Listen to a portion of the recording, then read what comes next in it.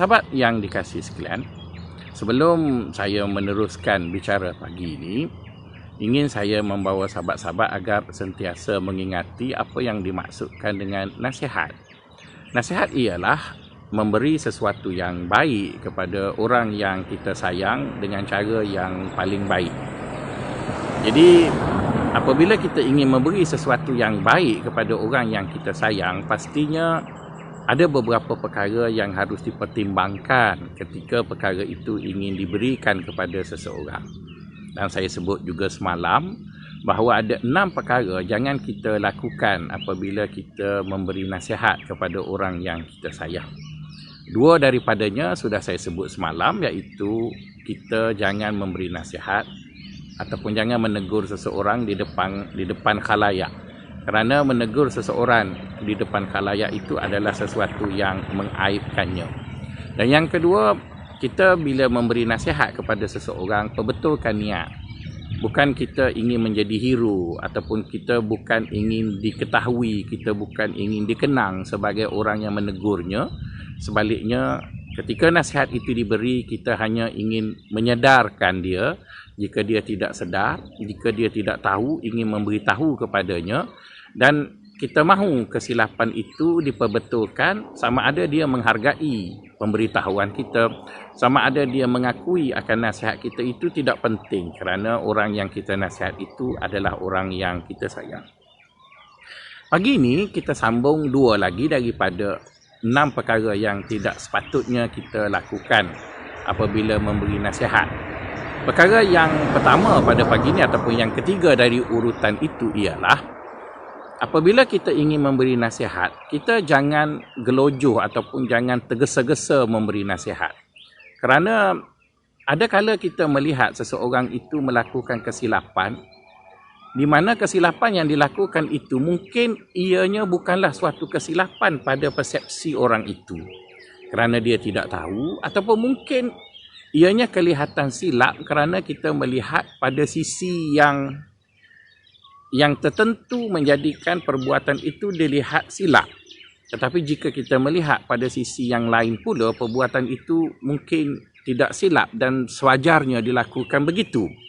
Misalnya kita melihat apa yang berlaku di zaman baginda SAW apabila seorang lelaki badui kencing di dalam masjid. Jadi jika dilihat perbuatan kencing di dalam masjid itu, pastinya ianya dianggap sebagai suatu kesilapan. Tetapi baginda SAW memahami bahawa jika si badui itu tahu bahawa tempat yang dia kencing itu adalah masjid, pasti si badui itu tidak akan kencing di dalam masjid. Maka sebab itu kita lihat para sahabat bila melihat lelaki badui itu kencing dalam masjid, terus bergegas untuk menyalahkan badui itu, memarahi badui itu ataupun ingin memukul badui itu kerana kononnya mencemar akan kesucian masjid tadi. Sebaliknya baginda SAW melarang para sahabat daripada menghalang lelaki itu kencing, sebaliknya membiarkan lelaki itu kencing sehingga sudah, dan setelah lelaki itu sudah kencing, baginda SAW memanggil badui tadi dan bertanya kepada badui tadi, kenapa kamu kencing di sini? Maka badui menyatakan bahawa dia tidak tahu bahawa kawasan itu adalah masjid yang tidak boleh kencing.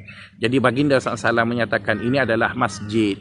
Tempat ini adalah tempat yang suci yang harus kita beribadat, dan oleh kerana apa yang dilakukan oleh badui itu tidak diketahui oleh badui bahawa ia melakukan kesilapan, dan baginda SAW tidak tergopoh-gopoh untuk memarahi, menyergah ataupun menyalahkan badui tadi, maka badui itu menerima nasihat Nabi dengan baik dan mendoakan supaya Allah memberkati Nabi, sebaliknya mengharapkan kecelakaan ditimpa kepada mereka-mereka yang memarahinya tadi.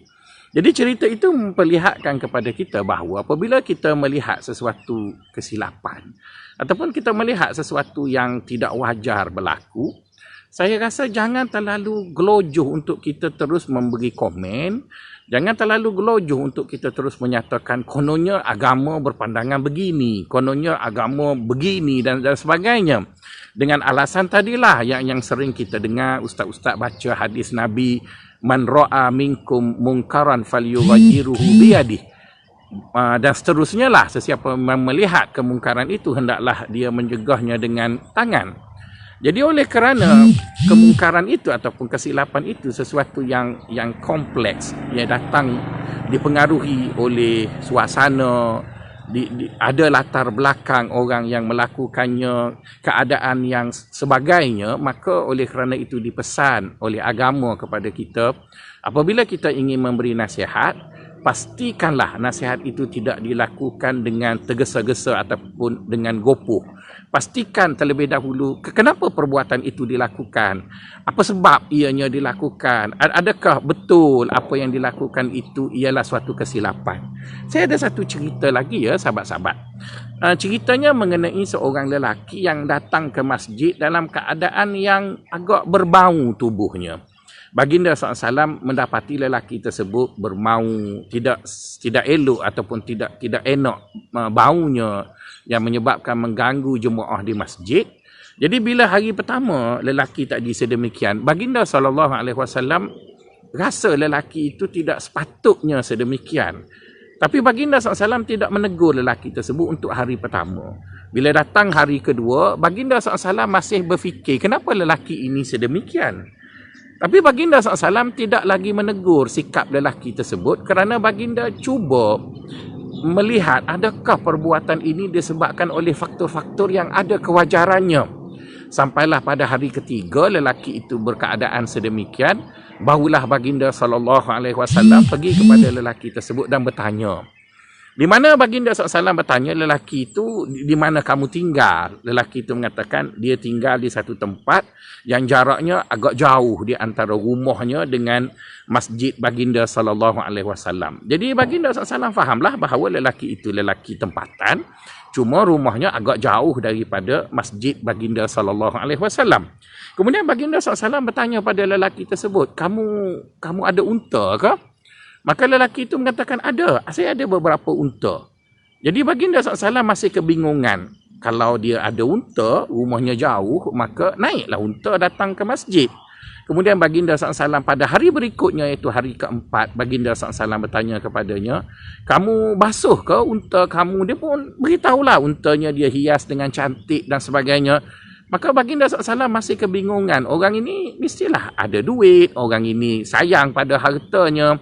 Untanya dihias dengan baik, tetapi kenapa bau tubuhnya tak apa panggil tidak seronok ataupun tidak enak untuk dibau di dalam masjid tadi.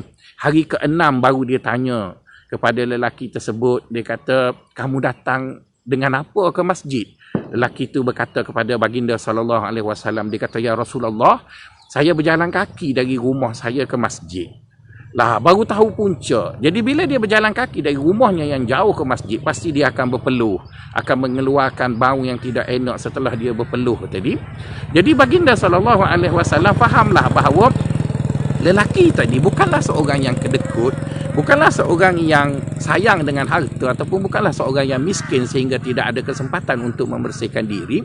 Sebaliknya dia faham. Baginda SAW pernah bersabda, jika sesiapa yang mendengar azan, dia berjalan daripada rumah ke masjid, setiap langkah akan diberi 10 pahala, diangkat 10 darjat dan dihapuskan 10 dosa. Jadi Baginda SAW fahamlah bahawa lelaki itu sudah silap faham tentang hadis tersebut. Maka Baginda bertanya kepada lelaki itu, unta ada berapa? 4 kaki? Maka lelaki itu pun fahamlah, kalau naik unta pahalanya lebih besar. Jadi sahabat-sahabat yang dikasihi sekalian, fahamlah kita bahawa menegur bukanlah sesuatu yang semudah kita nampak je orang buat salah, maka kita pun terus marahkan dia, kita tegurkan dia dan sebagainya. Jadi kalau kita memahami bahawa menegur itu bermaksud memberi sesuatu yang baik kepada orang yang kita sayang dengan cara yang paling baik, maka salah satu perkara yang perlu kita ambil tahu ataupun kita perlu ambil berat apabila kita ingin terlibat dengan nasihat, maka janganlah begitu gopoh untuk memberi nasihat. Ada kala orang yang melakukan kesilapan itu tidak sedar bahawa dia buat silap. Ada kala orang yang melakukan kesilapan itu, ada kala dia merasakan dia tidak pernah buat silap. Apa tu dia tidak buat silap, cuma salah faham tentang sesuatu. Jadi oleh kerana itulah, jangan gopoh untuk menegur, lebih-lebih lagi apabila kita mendengar cebisan-cebisan berita yang dipotong sana sini, kemudian di-upload dekat wall Facebook itu. Kadang-kadang dia datang daripada kawan kita yang salah faham, kemudian dia repost ataupun dia share dalam wallnya, dan kita pula membacanya dalam bentuk yang sisi tertentu dalam keadaan tertentu, maka kita salah faham. Kemudian dalam keadaan kita salah faham, kita terus menyalahkan kawan kita, berburuk sangka, maka keadaan yang tidak harmoni itu akan membelenggu hidup kita, dan kita hidup dalam keadaan prajudis dengan kawan-kawan, kita prajudis dengan umat Islam, seolah-olah bahawa dunia itu sudah begitu porak-peranda dan ingin hancur kerana kita tersalah faham dengan orang. Mungkin persekitaran kita itu tidak ada sesuatu yang kecoh sebenarnya, tapi kita sendiri yang silap kerana kita salah menilai dan sebagainya. Jadi saya rasa pagi ini nampaknya satu saja. Saya nak jalan-jalan pusing kampung, jumpa orang kampung, bertanya khabar, jumpa Tuan Imam, jumpa kawan-kawan lama di kampung ini. Keadaannya begitu hening, naik kereta tak perlu buka aircon. Keadaannya begitu sejuk di kampung, dan sahabat-sahabat boleh lihat ya di belakang saya tu pokoknya masih menghijau, kabusnya masih ada. Jadi pagi ni saya nak cari nasi kerabu yang sedap. Jadi kalau sahabat-sahabat nak makan nasi kerabu, kena pergi ke Gombak ataupun Ampang. Kata orang di sana ada nasi kerabu yang sedap. Tapi saya sudah ada di Kelantan, saya akan makanlah sikit sebanyak apa yang saya tak dapat makan.